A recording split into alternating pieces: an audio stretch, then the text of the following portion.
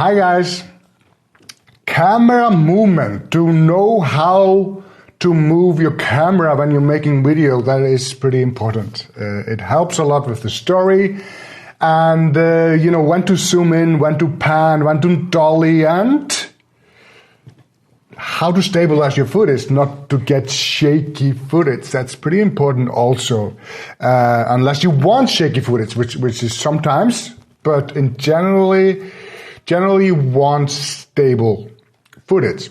And for that I use a gimbal. I find it is the cheapest way to achieve all that I mentioned. I got the Crane 2, this gimbal here. It's an old one.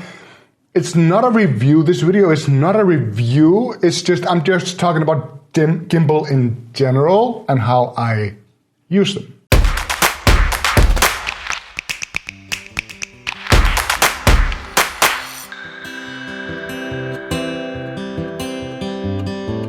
Times right now are nothing like they used to be. Times right now are nothing like they used to be. Making videos has actually been like bigger and bigger portion of my work, especially these days when I'm not traveling anywhere. So that's the bulk of the work I get is video, either shooting or editing or doing some After Effects work. Personally, I think it's very important for photographers to start thinking about videos now if they haven't done it, because I find there's a shift in this market towards video. Not to say that photography is going to be obsolete, but it doesn't really hurt to have video in your arsenal. And in fact, that is the main reason why I started this YouTube channel when I did. It was to learn to do videos, to make videos. But getting better in video making is a huge subject. It's editing, it's camera, it's planning, it's scripting, it's everything. And I need to get better in each field. So now I am focusing on the shooting part a little bit. On camera movement, because I feel I've been lacking there, and so I'm just taking one step at a time. Now I'm practicing with the gimbal. Using gimbal is a pretty straightforward thing. There are certain things you can do, and to figure out how to use each mode on your gimbal, it really doesn't take long. For example, I did a promotional video for a phone case the other day. Low budget project, but not that bad, because I didn't hire a model. I needed a man to model, so I just decided to do it myself. So I just asked my wife to operate the camera. So what I did, I took the gimbal, I put the 1DX on, which is not this camera, this is my 5D Mark IV. My 1DX is recording this video.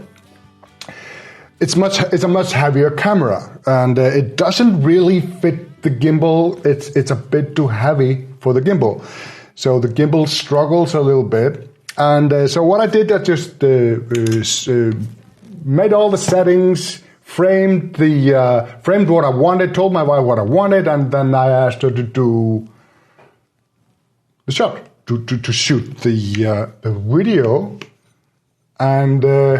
This is a shortened version of the result.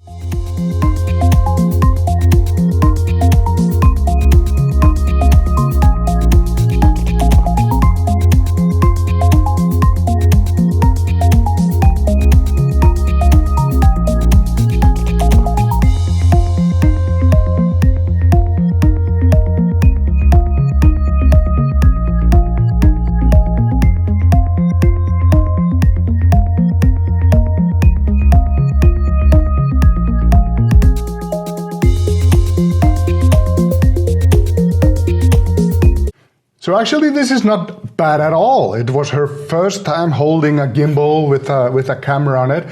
There was some camera shake, nothing I couldn't fix in post. But because, first of all, with the 1DX on, it is too heavy for this camera, so sometimes it nods a little bit, like, you know, it kind of shakes like that, and you have to stop it and wait for it. And an up and down movement, of course, that will show. It doesn't stabilize that. The gimbal doesn't stabilize up and down movement. So, but all in all, you know, especially after 20 takes, this unit gets heavy, and so she did really well. But what can you do?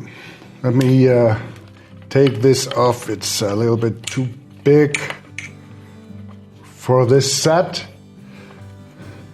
So first of all, we have the pan follow, and it just does what it says. It pans, but it doesn't tilt. You know, it always has the same, just pans. Follows your movement, or when you turn the tube like that. If you need to tilt, you can use the joystick for that. And then it has the lock mode, which locks both pan and tilt. So it's basically always, even if I turn this or if I turn myself around the gimbal, it just moves straight ahead. Then it has full follow, and that's what it does. It pans and it tilts. And the lag is, you can set the lag, you know, it's just to get a smoother motion. You can set the lag in the software that comes with the gimbal. Then you have point of view, which is this. You can get really creative with this. You can even go a full circle. I tried that, but the gimbal failed because the camera is just too heavy. So with a lighter camera, you could do a full circle. And the same is for Vortex Mode, and it's just like this, and then you turn the camera like this. It's supposed to go like a full circle, but here, you know, I'm not gonna do it again because I'm afraid I will destroy my motors when I do that. And also, which is a nice thing to do, you can also do like a low angle. When I turn the gimbal upside down, I hold this and do it like this. So the motor isn't, you know, trying to fix the movement. I think it's better. I don't know. I think so. And then you can do a low motion like you can see here. And when you go up again, I like to hold the motors while I do that. And then of course you have the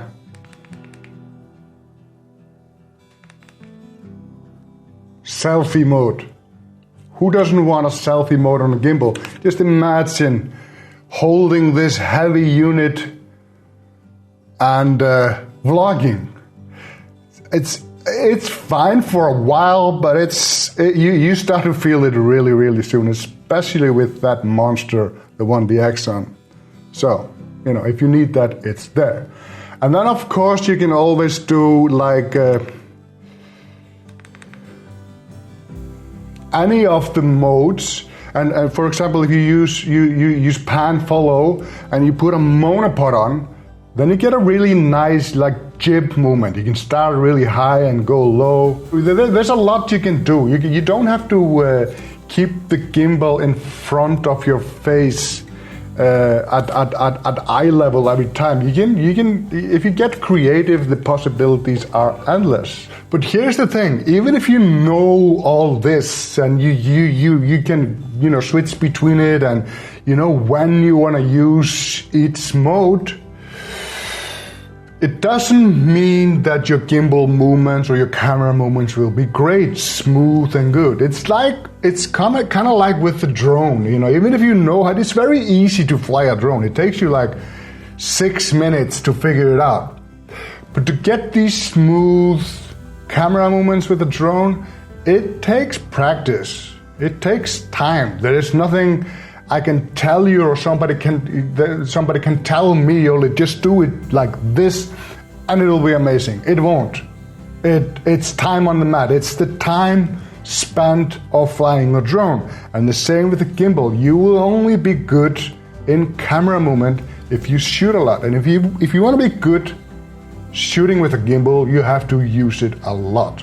And if you need a challenge, put your camera on a gimbal, go out with a puppy and try to get some meaningful material doing that. I can tell you it's possible, but it is challenging. So, but practice makes perfect, I guess.